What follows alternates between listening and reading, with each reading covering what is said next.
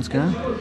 Welcome back, everyone. We are now into not the top 8, but in fact the top 4. Mr. Velis on stream again. They have both self-selected to be on stream because everyone apparently wants sports, of which I reminded them, if there's one thing Netrunner players hate, it's sports. Sports ball. But here we are playing some Sportsmetal. Do you know what the Sportsmetal is? I know it goes wide. Yeah. And that's about all it. Yeah. I'm actually curious. It's a I'm not fully sure. op sports medal with working prototype as a really powerful card that is underplayed, underappreciated. It can really mess people up. Although, there is also the question of, is this deck best in sports metal? I'm not sure. It's interesting. It could just be in ASA, but that's because they're both just good value IDs. And if you're playing fully op, yeah. But this one goes a little bit more heavy on naked remotes. I know that Declan is playing fully operational, so I'm certainly expecting... Oh, hang on, we got a chance to have a look at the deck. Yeah, so it's playing fully operational. It's trying to do like ASA-like things where it's scoring with wage workers and cohort guidance program. Yeah. But then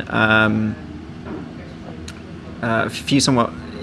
Declan really showing off the Nisei approved proxy template.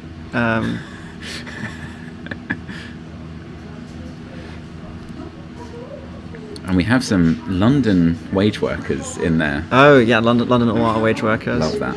But oh no, the Ica was upside down. Oh, it's tragic. I'll be interested. Yeah, who do you think is favoured in this kind of sports metal against the Crew, Anakam, Hoshiko? Yeah, so where we were discussing it just before, obviously Crew is annoying, and you're playing. I don't know if there is Bran in this list.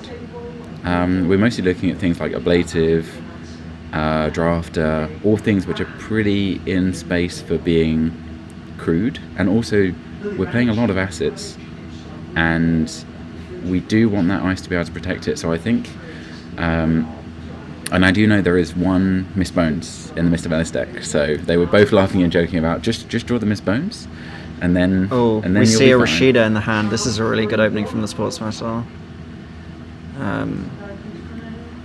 Oh yeah, moving the idea that this, yeah, cool. So I think what we're looking for is goes down a wage workers. Yeah, we're just like spamming loads of assets on the table. A lot of them give us money, give us value. Oh, and we're going to ice the wage workers as well. That's interesting. Oh, we changed the ice. I think the Hoshiko deck has only like a finite amount of real money. So I feel like they could really struggle to keep trashing the wage workers and the... It is, however, on Amakua, as we've now seen, which into asset-heavy decks is gonna terrible. Yeah, the ice is not going to do very much. But I don't know if there's any more virus in this sports metal. There's no more virus, I know, in Declan's sports metal, which I think is going to possibly be a real down weakness. Comes the Lego. Like this is a very good opening hand. We lose. Okay, we lose the turtle. We lose the. Oh, okay, we're firing the Rashida. We're firing the Rashida. Yeah. Yeah, we just you just need the Miss Bones, and then you're pretty good right now. But there is a 50% chance that any Lego trigger hits the. Yeah, we're going to have to watch for those Lego triggers and see which cards. Yeah. Mr. Velis loses, which cards Dolbulb is able to know are not in the runner's hand. Because here, losing breakers is kind of fine.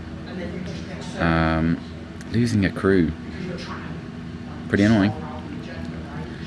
Okay. Yeah, we're definitely going to get into some trouble here where we are already reaching the edge of the map.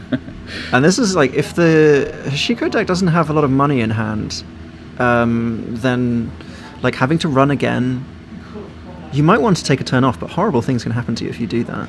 Yeah, particularly this deck is on 3 working prototype. It will punish you hard and put that Lego back on your deck, which is a click you lose to draw it, a click you lose to play it, and 2 Yeah, it looks like we're running for 2. A Drafter Fire could be ruinous here. I wonder why we wanted that second Namakur counter. Yeah. What are we particularly scared of? Because also there's open deck lists. So that is a unspecified card. Is that? Oh, I think it's a Hyperloop extension. Okay. I was going to say there might be a couple of Amani Sanais in this deck as well. Just to, like when you get the tempo of scoring and you get some credits, you just use them to punish the runner even more. And when you're using Working Prototype, like Working Prototype sets the runner back so much. We're installing the twinning. Wow, that's... Yeah, that's going to be the main target to get back on top of the deck, that's for sure.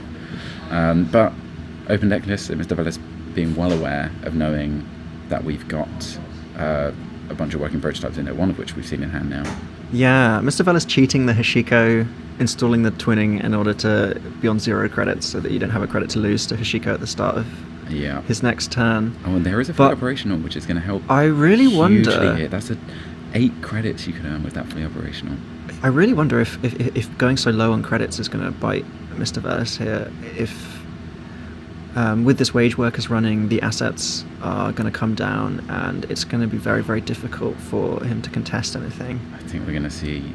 In fact, we don't need to fully up right now. But yeah, might as well. We're just going to take probably just taking all credits here. Drawing cards as last click seems a little risky. Yeah, you quite often get into these spots where you would really like to draw with your fully operational, but you need to do it last click, and you're not sure that your assets will stay on the board long enough. And then taking 6 credits after that, and then having to discard 1 at the end of the turn. We have got all 3 wage workers, so that's probably a wage workers going in the bin there. Yeah, we see the Ikawa in the open HQ, but it's very difficult for this Hoshiko deck that needs to keep drawing and finding its pieces to actually run the open centrals. Yeah, and also that board state has probably got a Working Prototype on it. So as soon as you run a piece of ice, that's going to flip up. It's going to start accruing counters. So will all the other assets that get rezzed. And then suddenly you're going to find your twinning on top of your deck, and now you're down 2 clicks and 3 credits as you have to draw it, play it, and spend 3 credits on it. Playing a Strike Fund, and we can see the laundry in the hand, so we do have some money to play with. This twinning line suggests that Mr. Velis is going to be very, very aggressive and try and win the game by scoring points. And we run and hit... Gatekeeper? Yes. It looks like we're drawing cards, yeah. Now, are you putting... Oh, is that 2 Ikawas now? Certainly one's going back, but probably just both. If we make the game go long enough, we can deny the runner enough credits that they just won't have any left in their deck. Even with an Ashen Epilogue coming up at some point late in the game, if you keep their credits low enough by just keep on Working Prototype them, they lose clicks and credits when you do that. It's going to really slow them down. And like once that thing fires once, it's horrifying. And we've also got the asset in hand lets you de-res a card. Warm Reception. Yes. This card. Stealing an Ikawa. That's huge. And we just shuffled it back as well. So this is I thought this was an immediate twinning use. I thought it was run and use. No, I think it was just a laundry and R&D. Yeah. It is a twinning use. We're going to see another card. Okay. Yeah. So then there's a fully operational underneath there. Yeah. That's rough. Yeah. It happens. You have to trust your deck, and sometimes your deck is not on your side. But if there is Working Prototype here, there's not. Okay. All right. So we're firing a Rashida. We're going to try and get an ice on R&D. And then, possibly there's an agenda in the remote, but in this situation you don't really want to score it. The runner has really committed to this line where they're just trying to win on centrals. So I think what you want to do is take advantage of that by installing assets that they... I was wrong, we didn't have a Working Prototype earlier, but if we can survive 1 turn, if we install... We've still got the wage workers, so we can I think we're going to see 3 triple times. install here. Ice and R&D. In fact, let me remind myself, I think there is a line where we can Working Prototype last click here just to really, res Oh, right, 5 because things, we have an including upgrade. itself. Yeah, but so it's an agenda in the remote.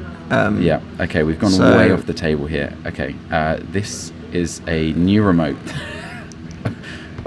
Okay, all the way over there. I haven't seen in front of archives as a method of putting your new remotes Yeah. before. That's a new one for me. But Yeah, so we've gone for 4 installs here, just flooding the board with cards. you at home, be grateful to Declan for putting his keeping his stuff on the mat. Well aware that the stream is only showing a certain area. But yeah, just remember that card in front of archives is a newly installed asset. So there's like a little window here where if Declan can keep these assets on the board, this working prototype is going to be devastating. I feel has Alex been missing some Lego shelter triggers? Possibly. 'Cause I can see the dirty laundry he played us on top of archives. Yeah. Unless actually there's like another archives off the board that we're not noticing, but I believe this is a safe run here. Is that a hyperloop? Oof. Oh, so we do have hyperloops. Wow. We go to 5 points. Yeah. That's going to be And very rough because now any now- agenda is just a little. There's going to be Vitruvius in here, and if you just touch one, that's it.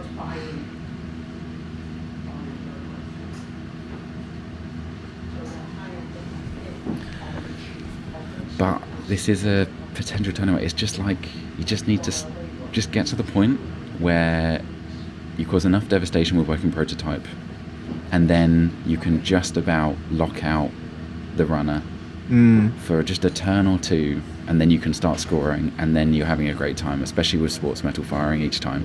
Yeah, we might be taking a damage from Mystic Mamie here. But I definitely think... Yeah, we are taking damage from Mystic Mamie okay. here. Going with the heart of the cards here. To Lego duplicate. An Amani Sinai on that Mamie could be really, really crushing. Well, in fact, here, working prototype. This is the best target. Oh, it's the most credits oh, lost. we're gonna get the. So we res that. We res a.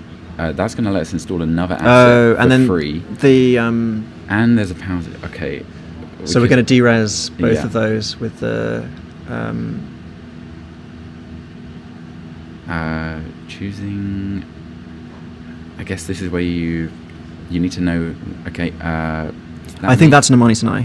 Is that 2 credits there? Yeah, I think that's the Money Sinai. And then we're thinking about. We can just install a new asset and res it. Yeah. I think Which that. Oh, is so going up here. this is our Our new remote area. this is our warm reception install. Yes. And now we're thinking about whether we want to flip down, and we will. Yeah. You can flip down 2 things? It flips on itself and one other thing. Oh my goodness, that is... So yeah, so that's two extra counters for the working prototype. You de-res this asset to de-res it, as if it's a cost, but in here it's just pure value. So we're going to lose the Mamie. And also we're on credits. 0 credits. Yeah. But we do have a reasonably charged up turtle. There's an interesting... I wonder if you're Hoshiko, do you want to redraw the Mamie, or...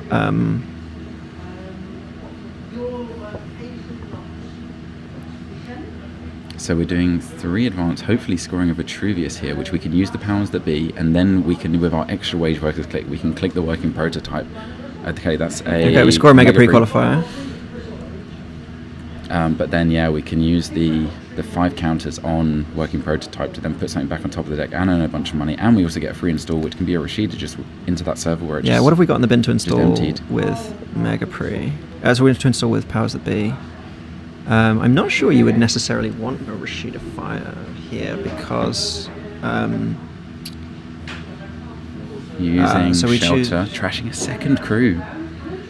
That's 2 crews gone now. I think you're pretty happy to see the crew go because you don't have the money to Sinai install triggering it. too. So we're going to trigger Mani Sinai, and then we're also going to use... Oh, bouncing the Omakua. That's excellent. Oh, because we're going to prototype Yeah. bounce the Mamie, yeah. Yeah. Wow. Yeah, this is a huge turn here. Yeah, the runner is up 5 points to 1, but I'm not sure It's got to that... be the Mamie, because the Mamie is 4 credits lost, Yeah. whereas the twinning is just 3. And also the twinning is doing nothing. while it's got nothing to fire off. So you can safely put it back. And that working prototype, I mean, next turn, you're going to res and then de-res 2 cards. So that's 3 reses total with that warm reception.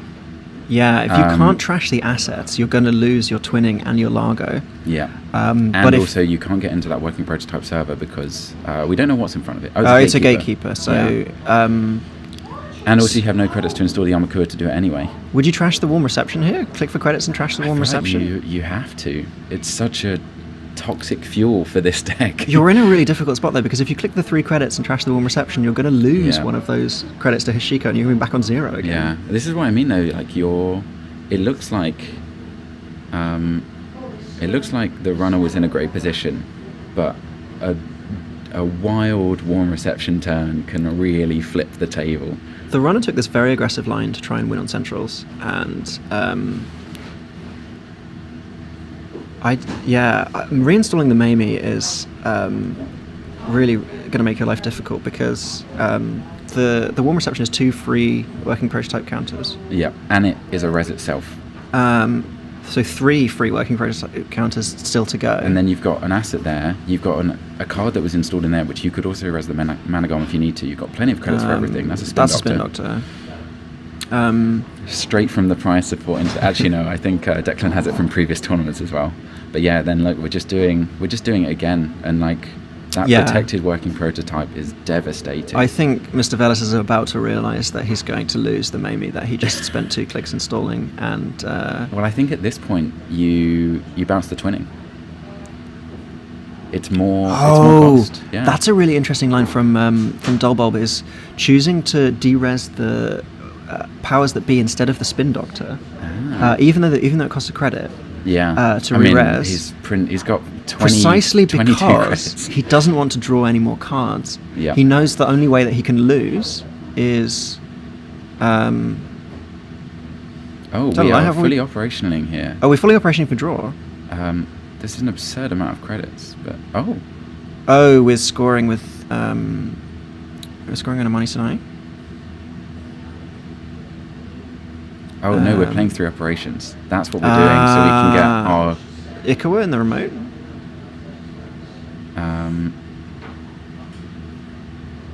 No, I think this is a 2-4. We need to res our powers that be.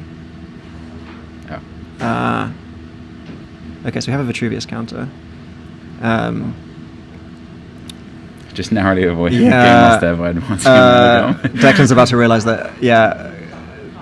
Res the powers that be. Yeah. No information gained. So I think, and there's nothing on the runner side that could have interrupted this. So, and now we can powers that be to get something resable on the table, and potentially we have a spare click. We do have a click left, right? To put something back on top of the deck again, and then not only are you putting money back on, taking money away, putting the card back on top of the deck, you also mean the next card they draw is not a money card, and you're keeping them down and down again. Okay, so if you're the runner here, you're in this horrible position where you're on 5 points. You know that if you touch a Vitruvius or if you touch an Ikawa project, you can win the game, but you have no credits. And you know it's never going to be an HQ. Because the Corp has infinite credits here, and also for you to get through to find a card that will help you solve this problem, you have to. We've lost our leech as well to. With a Money Sinai. With a Money Sinai.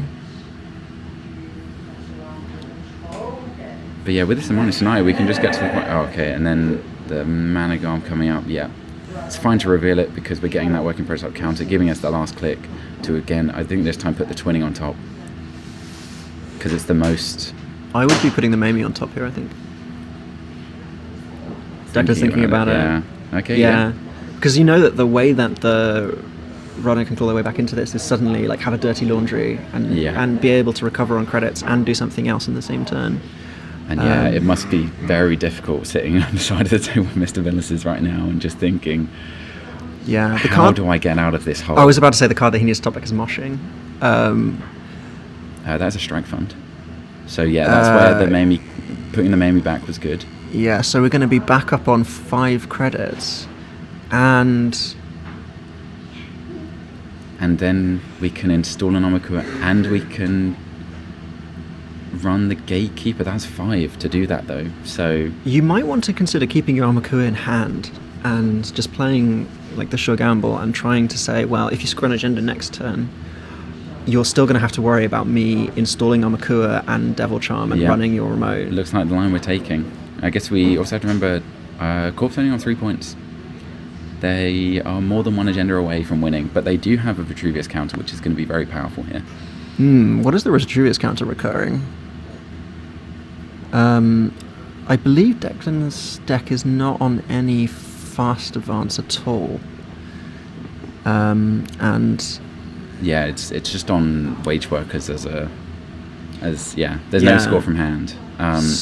But if you keep their credits down enough, which you can do with things like Amani Snipe, if you get to the point where they just got, anytime they put a card on the table, it goes back. Okay, so we've actually managed to trash the yes. We've managed to trash the warm reception, and so that Banhar might stick. Yeah. And we see an Ikawa in hand. But with technically having infinite credit, it's another agenda. Just a perfect flow of agendas coming up here. I wonder if our plan is to try and bounce the Banhar here. Okay, so we're on 5 points. I feel like that was a very worried flipping over the card of, this is an agenda, right? Yeah, we're on 5. We can maybe bounce the Banhar to turn it off for a turn. Yeah. And try and install the Ikawa onto the Managon. Yeah, depending on what we know is in there, because you can get back the seamless launch. Yeah, and then with our last click, we can install Cohort Guidance Program somewhere else. No, because we did 3 to advance, triggering Wage Workers for an install. Yeah, so we've got 1 click after this. So we're going for ice here. Did we get our Powers the B trigger? Oh, the Powers the B trigger for the ice for free, and then we're going to put the agenda behind the ice. Yeah, I think that makes sense. And I mean 2 ice on there. There's even a line where if you don't top deck the seamless, you could try and play fully operational. To draw the other seamless, you could draw 8 cards archives, and then pick the other one up from archives and get your Wage Workers click to score the Ikawa. Yes, but I don't think we're quite at the point where we can guarantee a very sealed and signed deal here for Dolbol. Oh, it's never over. It's not.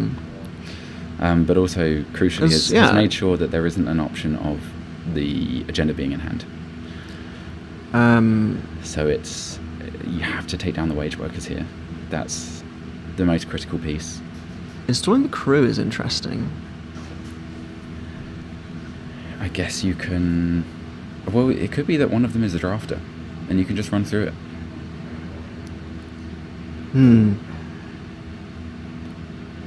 And there is also, you can... Oh, there's a draft of fire. Here. Like, if this is a 2-point... that actually is going to end the game, because it's going to install the Cohort Guidance Program from hand. But there's no face-ons in archives. If there's an agenda on the top of the deck, like, that's it. I think a spin doctrine, because we just have to max out the odds. We don't have a Managarm available, so we are going to allow...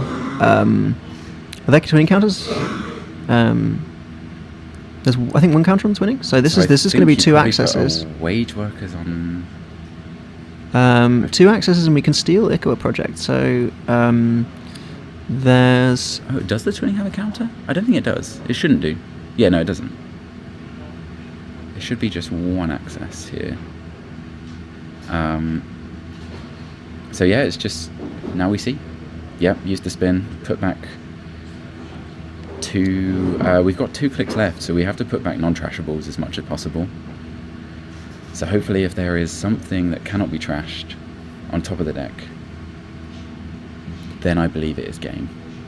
Yeah, I think there's 4 agendas that could be stolen here to win the game. It's not. But it's not one of them. And with 25 credits, like, Declan can res anything. So there was something like a 20% chance that was just the end of the game. Yeah, it would be good to rush over there at the end and be like, no, don't touch the deck. We need to know the odds. I mean, how many points have we seen? 3, 4, 5, 6, 7, 8, 9 points on the table. I think the agenda suite is... I think it's 2 Ikawas. Oh, I've actually miscounted. So there's 12 in play, and so there's 12 in play, 8 left in the deck, of which 8 or 9 in the deck. There's at least it's probably like 15 to 20 cards there. So you're looking at like a third to a half chance, which like a 20 counter would have made that a lot more reassured. And here, we have to run. We're running them right to see what the just ice is. Anything, yeah. But this ablative fire... Yeah. And at this point, it just doesn't matter, yeah. It's interesting. Do we know what we picked up off the drafter? Oh, we did get a seamless, okay. So, alright, we're going to crew, we're going to make sure that this is actually an in the run ice. Yeah. And I think... This is a heads up line from Alex, actually. He understands that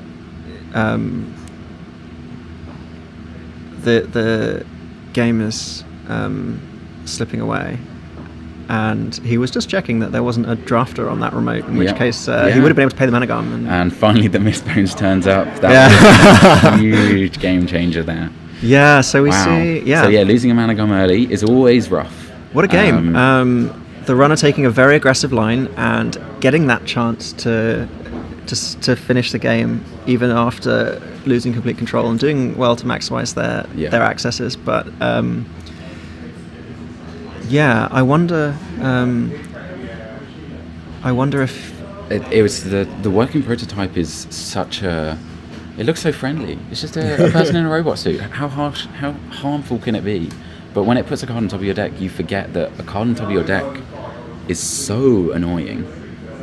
Right, it's like you bounce the Mamie, and not only have you lost your Mamie, but now you are You've one lost card all the further credits on down to Mamie. get the bones of the Shagamble. Yeah.